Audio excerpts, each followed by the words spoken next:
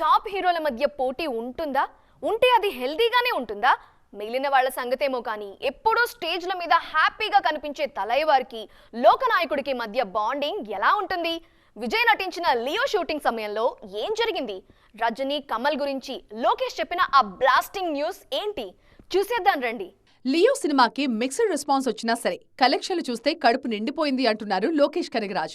అంతేకాదు లియో సమయంలో జరిగిన ఎన్నో విషయాలు ఆయన లైఫ్ లో గుర్తుండిపోతాయట. కశ్మీర్లో లియో షూటింగ్ జరుగుతుండగానే Thalaivar Rajinikanth next movie script ని నరేట్ చేశారట లోకేష్. కమల్ హాసన్ తో లోకేష్ చేసిన విక్రమ్ కి 5 రెట్లు గొప్పగా ఉంటుందంట ఈ సబ్జెక్ట్. తలేవార్ కథ వినగానే లేచి వచ్చి లోకేష్ కి టైట్ హగ్ ఇచ్చారట.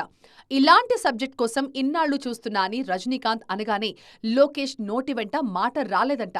ఆ విషయాన్ని అనుకుంటూ తనలో తానే ఆనందపడుతున్నప్పుడు కమల్ హాసన్ నుంచి ఫోన్ రావడం ఆశ్చర్యానికి గురిచేస్తుందంట.